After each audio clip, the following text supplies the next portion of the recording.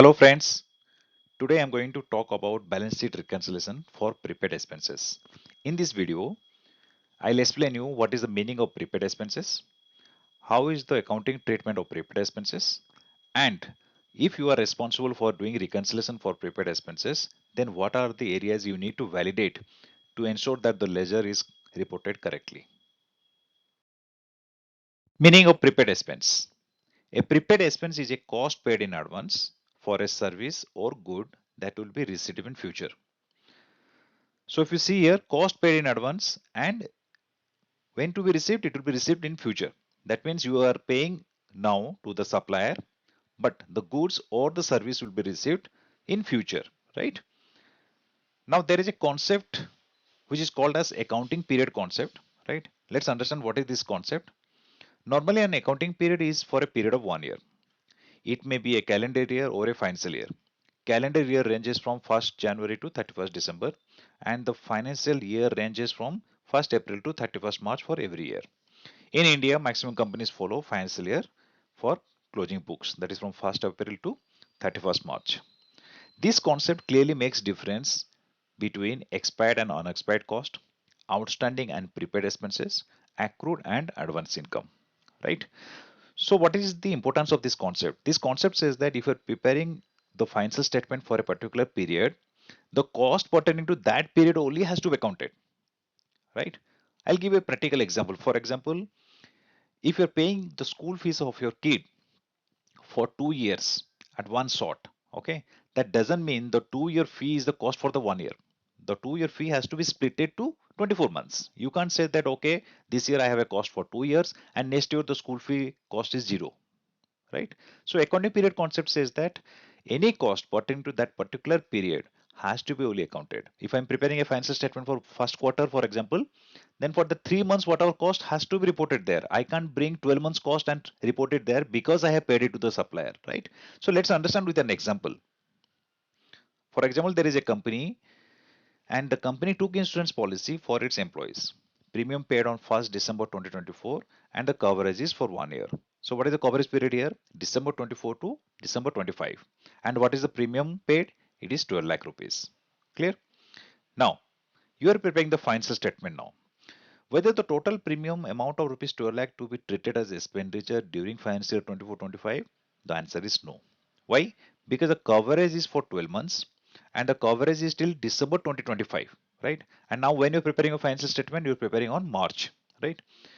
So total number of months, that is December 24 to March 25, is 4 months.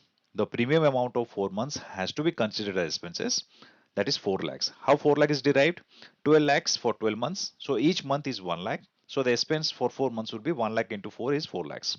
And the remaining amount, that is 12 lakhs minus 4 lakh, that is 8 lakhs, will be treated as prepaid insurance, right? We'll understand further with accounting entry in the next slide. Accounting of prepaid expense. So we'll take the example of the previous slide and frame the entries here so you will have more clarity.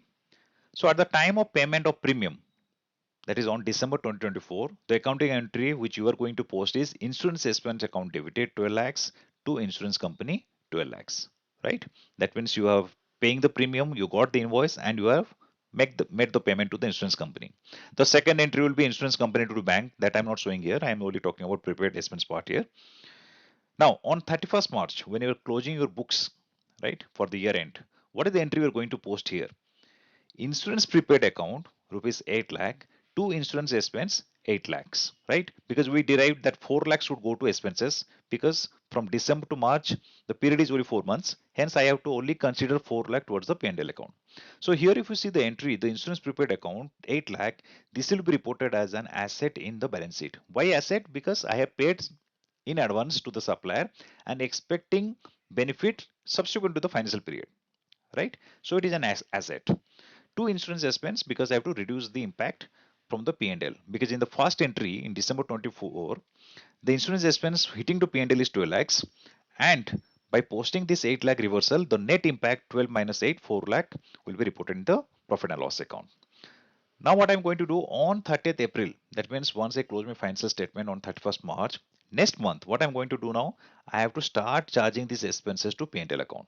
right? So insurance expense account debited 1 lakh to insurance prepaid account 1 lakh. And what is happening here? This entry will continue. It's not that you are only posting for 1 month. Okay. So this above entry will be posted every month for next 8 months till insurance coverage period. Right. Actually, in practical sense, after December 2024, the prepaid entry should be posted in December 2024, and every month 1 lakh rupees has to be charged to profit and loss account. Only for better understanding, I am posting the entry directly on 31st March. But in practical scenario, in corporates, the entry will start from day first. That means the first entry insurance to insurance company will be posted. In the same month, you have to post a prepaid entry, and then for the period coverage, you have to charge to P&L account. Balance sheet reconciliation. So if you are responsible for verifying the prepaid expenses and you want to check whether the prepaid expense report is correct or not, these are the few items which I am going to explain now. You have to verify that those are accurate. The first one is validation of prepaid expense accounted during the month. So when you are downloading the report from your ERP, check the prepaid expense entries posted during the month. Okay, and those lines has to be validated along with the invoice copies, right? So ensure that all prepaid entries posted during the month has backup documents to support the accounting entries. Check few samples invoices and period of coverage, right?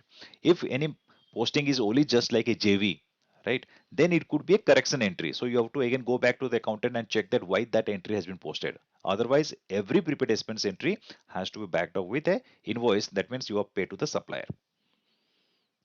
Second, period considered for calculation. Very important, because the prepaid concept itself is, you know, mostly dependent on the period. So if the period considered is wrong, then the complete calculation will be wrong. Ensure that the number of months, years are considered correctly for calculation of prepaid expense. For example, if the AMC paid is for 18 months and by mistake considers 12 months for calculating prepaid expenses, then what will happen? The cost per month will go up because you have considered a lower months compared to the contract, which is 18 months. So this validation is very much required. Monthly charge to P&L. Sometimes it may happen that you have posted a prepaid expense, but you have forgotten to charge to P&L account, right? So ensure that all prepaid expenses are charged to P&L account till the coverage period. It should not happen that okay, you missed 1 month, then next month you post for 2 months. Okay, it should be consistent, and when you're doing the reconciliation, you should ensure that every month the portion from the prepaid expenses is going to the profit and loss account. Negative balance. In my practical experience, I have seen sometimes companies go on posting the entries without checking whether the balance is positive or negative, and they go on posting beyond the coverage period. So what will happen automatically? Your prepaid expense will show negative balance.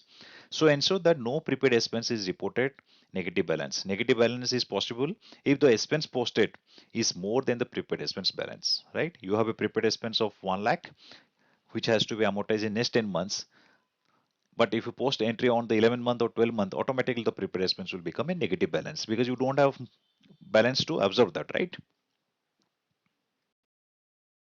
Next point to check is advance to suppliers is not prepaid expense.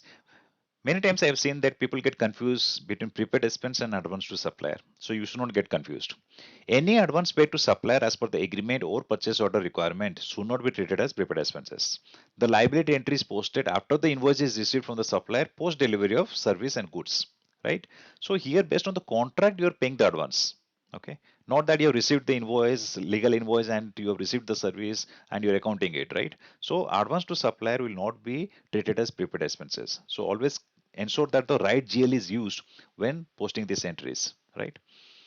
And the last one is disclosure in financial statement. How this prepaid expense will be reported in the financial statement? Ensure that prepaid expense is reported under other current assets. Okay.